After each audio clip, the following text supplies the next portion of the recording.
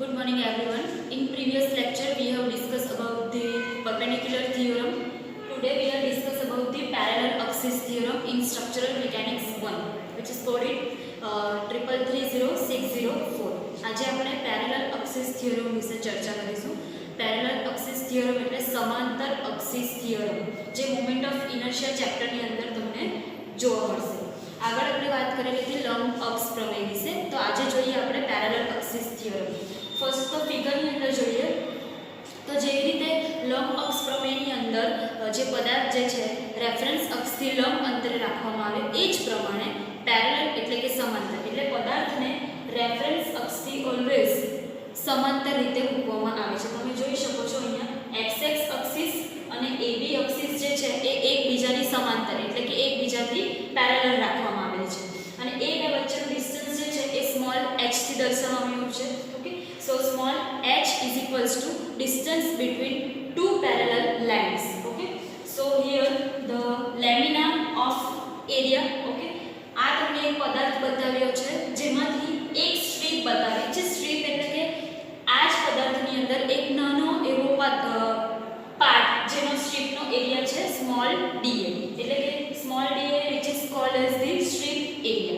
Next જોઈએ કે સ્ટ્રીપનું cg થી અંતર તમને સ્મોલ y બતાવવામાં આવ્યું છે એટલે કે જે cg પોઈન્ટ છે ત્યાંથી સ્ટ્રીપનું અંતર કેટલું છે સ્મોલ y થી ડિનોટ કરવામાં આવ્યું છે. સો તમે જોઈ શકો છો કે પદાર્થ જે છે એ ab એક્સિસથી એક્ઝેક્ટ સ્મોલ h ડિસ્ટન્સ ઉપર પેરેલલ રીતે ગોઠવવામાં આવે છે એટલા માટે આને પેરેલલ એક્સિસ થિયરમ કહેવાય છે. હવે જોઈએ કે પેરેલલ એક્સિસ થિયરમ જે છે એ કઈ કન્ડિશનની અંદર આપણે યુઝ કરી શકીએ. એની ટોટલ 3 કન્ડિશન્સ છે. There are 3 conditions of parallel axis theorem. First is two axes must be parallel એટલે કે આ જે સિમ્બોલ છે which is represent the parallel એટલે આ સિમ્બોલ જે છે એ બે લાઈન સમાંતર રીતે ગોઠવેલી છે એવું દર્શાવે છે. હવે ફર્સ્ટ કન્ડિશન જે છે two axes must be parallel એટલે કે બંને એક્સિસ અહીંયા પેરેલલ છે. Okay, done. સેકન્ડ છે one axis should be pass through cg એટલે આ બેમાંથી કોઈ પણ એક લાઈન ઓર કોઈ પણ એક એક્સિસ જે છે એ પદાર્થના cg માંથી પાસ થવી જરૂરી છે. જેમ કે આ બેમાંથી x x એક્સિસ જે છે એ cg માંથી પાસ થાય છે તો સેકન્ડ કન્ડિશનમાં સેટિસ્ફાઈ. થર્ડ કન્ડિશન છે કે h perpendicular distance between two axis એટલે કે આ સ્મોલ h જે છે એ બે સમાંતર લાઈન વચ્ચેનું ડિસ્ટન્સ હોવું જરૂરી છે. તો ત્રણે ત્રણ કન્ડિશન જો સેટિસ્ફાઈ થતી હોય તો જ પેરેલલ એક્સિસ થિયરમ આપણે યુઝ કરી શકીએ. હવે જોઈએ કે પેરેલલ એક્સિસ થિયરમ શું છે.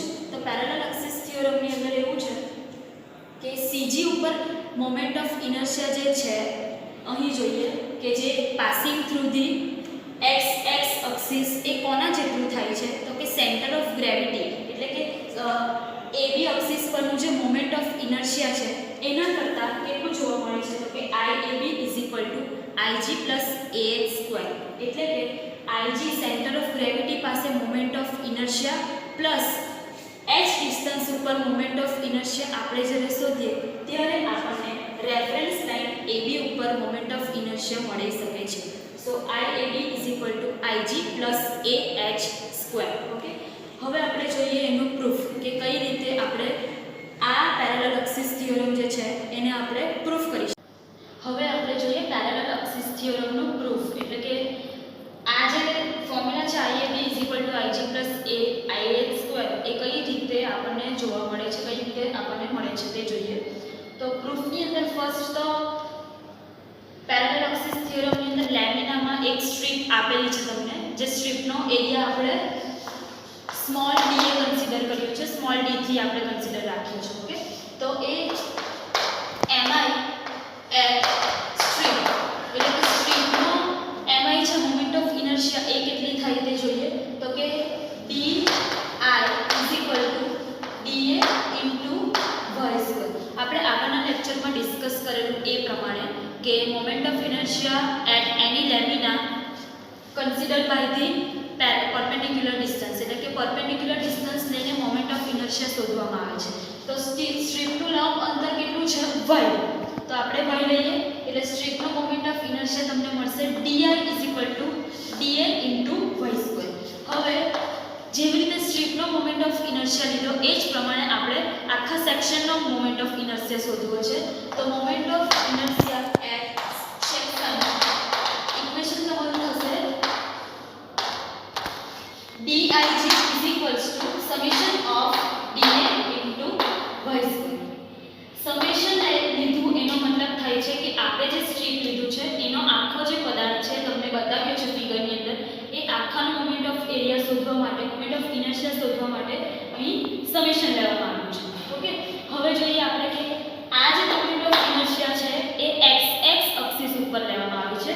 જ્યારે આપણે AB એક્સિસ ઉપર લેવું હોય ત્યારે મોમેન્ટ ઓફ ઇનર્શિયા ઇક્વેશન થશે mi at AB line.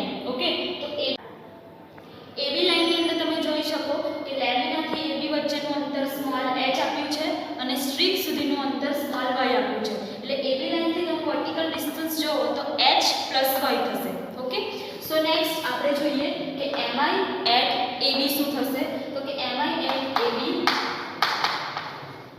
Is equals two થશે dA into y plus h square.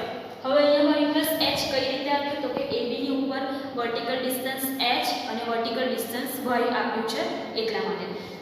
Next આનું સિમ્પ્લિફિકેશન આપણે કરીએ તો dA into y square 2hy plus h square bracket open કરતા આપણને મળશે dA into y square plus 2hy into dA plus dA into h square.